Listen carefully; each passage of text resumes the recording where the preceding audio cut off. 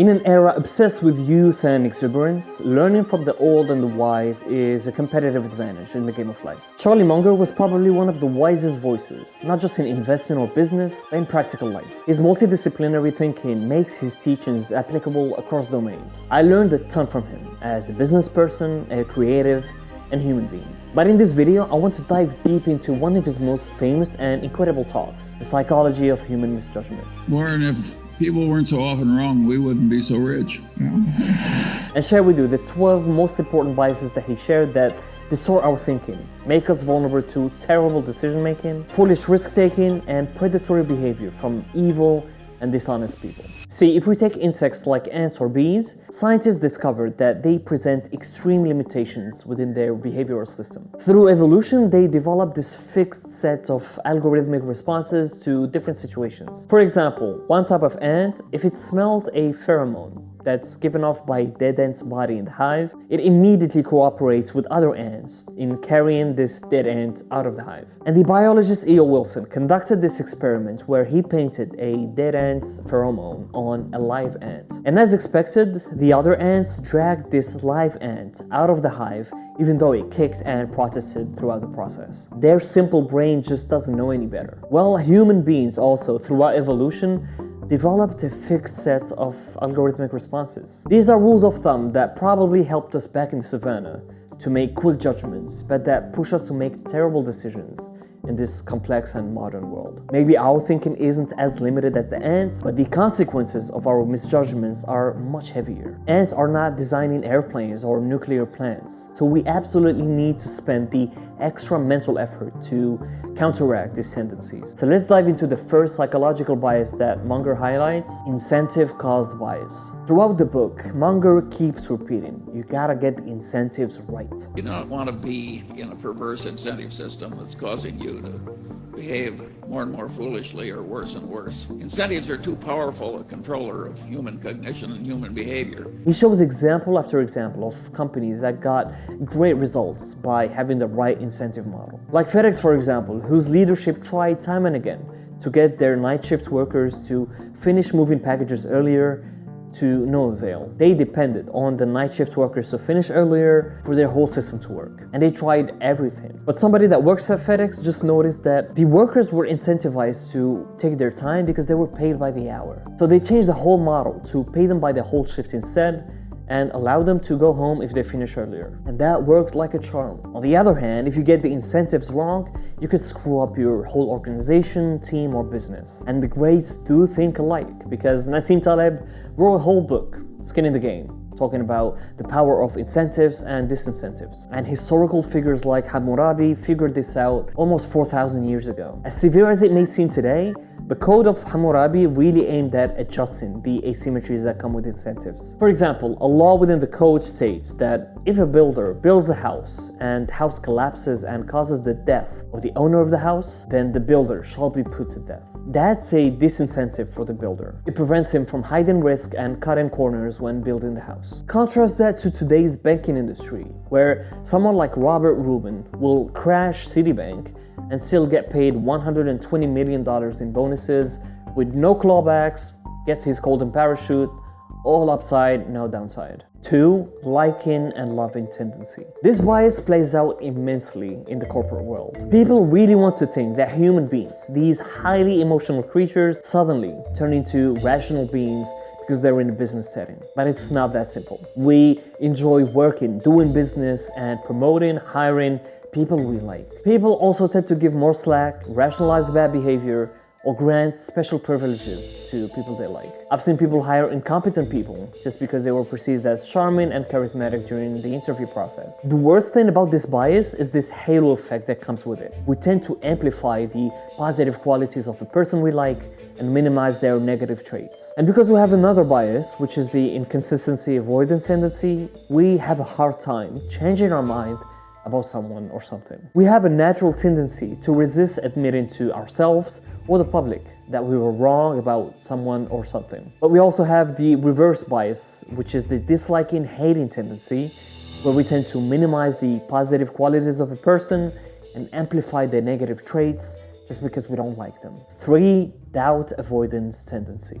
We humans are terrible at handling uncertainty. If you read Nassim Taleb's books, you'd understand by now that we want to make the uncertain certain at any cost. We want to reach a decision quickly and soothe our anxieties. As Charlie Munger mentions in his book, what triggers this tendency is a combination of puzzlement and stress. And the natural state of human beings is to avoid doubt through a literal reading of religion, an ideology, or a combination of both. Instead of embracing uncertainty and chaos and keeping our minds open to potential change, we tend to rush and reach a conclusion very quickly. And a lot of people are benefiting from this tendency by selling us ready-made solutions to cancel doubt, whether it's in business or life advice. But great outcomes in life come when we embrace uncertainty and chaos, and we're able to identify a lucky break or an opportunity in the middle of the noise. You know, the game in our kind of life is being able to recognize a good idea when you rarely get it. And I think that's something you have to prepare for over a long period. What is the old saying, that opportunity comes to the prepared mind? I don't think you can teach people in 2 minutes how to have a prepared mind, but that's the game. 4. Envy and jealousy tendency. Warren Buffett once said that what drives the world isn't greed, but envy. You know, of the 7 deadly sins, that envy is kind of the silliest, because you don't feel better. You know, I mean, if you get envious of somebody, you feel worse the whole time. Now, you know, gluttony, you know, I've had some of my best times while being gluttonous. I mean, we were designed through evolution to want scarce food and resources. And humans throughout history got in conflict when other members of the species was seen in the possession of these scarce resources and food. If you've read thinkers like René Girard, you'd understand that human beings are highly mimetic creatures. Biblical stories like Cain and Abel showed that this was the case thousands of years ago. Every obstacle towards a desire amplifies our desire. We unconsciously imitate models and mediators of desire. We want what other people want. Rivalry and jealousy drove people to accomplish great things in life. A great example is how envy and jealousy drove Ferruccio Lamborghini and Enzo Ferrari to compete and build extremely successful car companies. I also like Nassim Taleb's take on envy. You had to figure out who are people envious of. I was always envious of people who had more erudition than me. Okay, so more erudite. And you realize that that's what makes me tick. You know, being envious is not good. But at the same time, if you figure out who you tend to envy. Since we can't completely eliminate it, let's use it to our advantage. Envy is only destructive when it pushes you to keep up with the Joneses or compete on hyper-competitive career track that you didn't even want to pursue. 5. Reciprocation tendency. Humans reciprocate gifts, favors, or hostility. And salespeople understand this really well. You take a customer to a Michelin-star dinner, then you can ask them for more business later on. Savvy negotiators also take advantage of this bias by starting off the negotiation by making some crazy ask and then making a concession and asking for less, pushing the other party to accept an unfavorable deal. Munger shares the story of the Watergate burglary, where Gordon Liddy, a former FBI agent, made some extreme proposal for advancing Republican interests through the use of prostitutes and yachts. And when this ridiculous request was rejected, he made a concession and only asked for consent from the Attorney General to set up a burglary. Now, if an attorney general who's trained to identify human biases falls for this, I think we all need to be extremely cautious. 6. Influence from mere association tendency. Big and successful brands take advantage of this tendency. Branding in itself is the unconscious associations we make when thinking about a product or service or a destination. If we have a great experience when first using a product or a service, we have a tendency to keep using it. But this influence from mere association is not limited to branding alone. Alexander the Great famously killed his messengers who brought him bad news just because they were associated to it. And another way this tendency manifests itself is when associating all of our past successes with intelligence and skill instead of some luck, pushing us to take foolish risks and overestimate our odds and skills in regards to a new endeavor we're taking. In his great book, What I Learned Losing $1 Million, Jim Paul really emphasized how this tendency basically ruined his life. How, by having a lucky streak when starting off his trading career and basically winning every time, making him erroneously associate these successes with his trading skills instead of pure luck. He actually believed that he was great at trading, making him double down on losing positions and basically lose $1 million.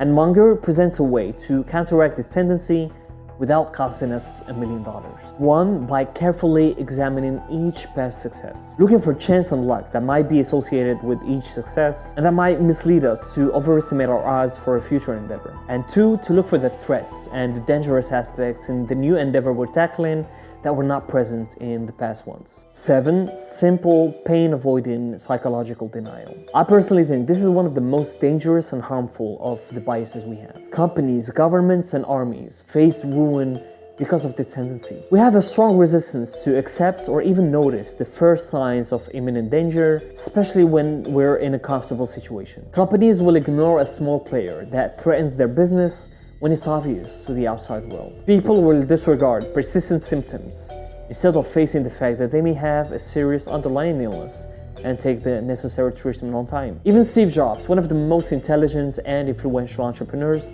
fell victim to this tendency by denying his cancer diagnosis and trying to cure it with alternative treatments instead of taking the effective one. 8. Excessive self-regard tendency. According to a survey, 90% of Swedish drivers judge themselves to be above average. No one wants to think less of themselves, especially in the corporate world where bonuses, promotion, and power is at stake. Tolstoy said that even the worst criminals don't think of themselves as bad or evil people. We tend to overestimate our skills and abilities. Now, when you have a group of people with excessive self-regard tendency, running a business or government, you tend to get the worst of human nature. We saw it with companies like FTX, where routine fraud was committed by Sam Bankman-Fried and his whole gang. As Munger said, this tendency tends to get worse and more resistant to change the longer it goes. Personally, I think that some high self-regard is healthy. You want to feel some pride. Pride in doing an excellent job,